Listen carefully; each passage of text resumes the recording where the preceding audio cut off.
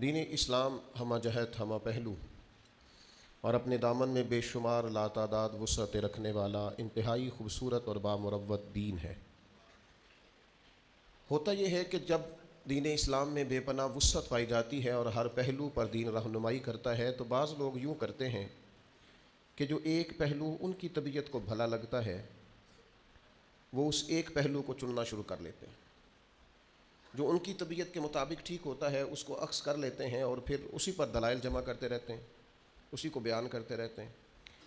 اور دوسرے کسی اور پہلو پر نہ توجہ دیتے ہیں۔ اور اگر کوئی شخص کسی اور پہلو کو چھیڑتا ہے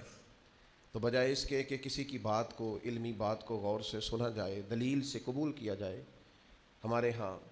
رویہ بڑا سخت اور تلخ ہو جاتا ہے۔ نیکی، تقوی اور پرہیزگاری کا بھی لوگوں کا اپنا اپنا معیار ہے۔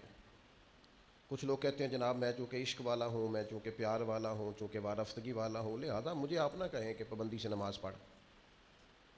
مجھے آپ یہ نہ کہیں کہ سنت اور شریعت کا خیال کر۔ عشق پورے عروج پہ ہے، لیکن عشق رسول میں اگر آپ مجھے یہ کہیں کہ میں داڑھی بھی رکھوں تو چونکہ میں عاشق ہوں، میرا آپ صرف عشق ہی قبول کریں۔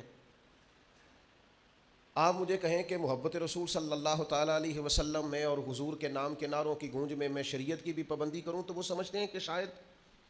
میں نے عشق اپنی مرضی کا، چونکہ اس کا میں نے مفہوم بنایا ہے، تو اب جو میں کہہ رہا ہوں وہی ٹھیک ہے۔ ہمارے ہاں یہ ہوتا ہے کہ ہم ایک پہلو کو لیتے ہیں، اب ایک دوسرا پہلو ہے۔ میں نے اس طرح کے ڈھیر سارے لوگ دیکھے، ان کی آپ باتیں سنیں، ان کے آپ دعوے سنیں تو مفتیوں کو مشورہ دیتے ہیں وہ عشق رسول کا، بڑے بڑے لوگوں کو کہتے ہیں جناب آپ میں وہ ذوق ہی نہیں، لیکن ان کی اپنی عملی کیفیت اتنی کمزور ہے کہ سوائے بلند و بالا دعووں کے اس کے علاوہ پس منظر میں کوئی چیز نظر نہیں آتی۔ بھئی جس محبوب سے آپ کو عشق ہے، اس محبوب نے جو حلال حرام کی تمیز بتائی ہے اس پر عمل کیوں نہیں کرتے؟ مجھے بتائیے، کیا لوگ خالی دعووں سے راضی ہو جائیں گے، مطمئن ہو جائیں گے؟ میں دوستوں سے عرض کرتا رہتا ہوں، میں کہتا رہتا ہوں کہ ہم سمجھتے ہیں کہ شاید بہت زبردست مہنگی گاڑی کی وجہ سے لوگ میری تعریفیں کریں گے کہ کوئی بڑا آدمی ہے، بہت جد و جہد کر کے قیمتی موبائل لیتا ہوں تو لوگ سمجھیں گے بڑا معروف آدمی ہے، میرے آنے پر درجنوں بیسیوں لوگ اگر استقبال کو کھڑے ہوں گے تو پتہ چلے گا میں بہت بڑا آدمی ہوں۔ تو اس سے بھائی بندہ بڑا نہیں ہوتا۔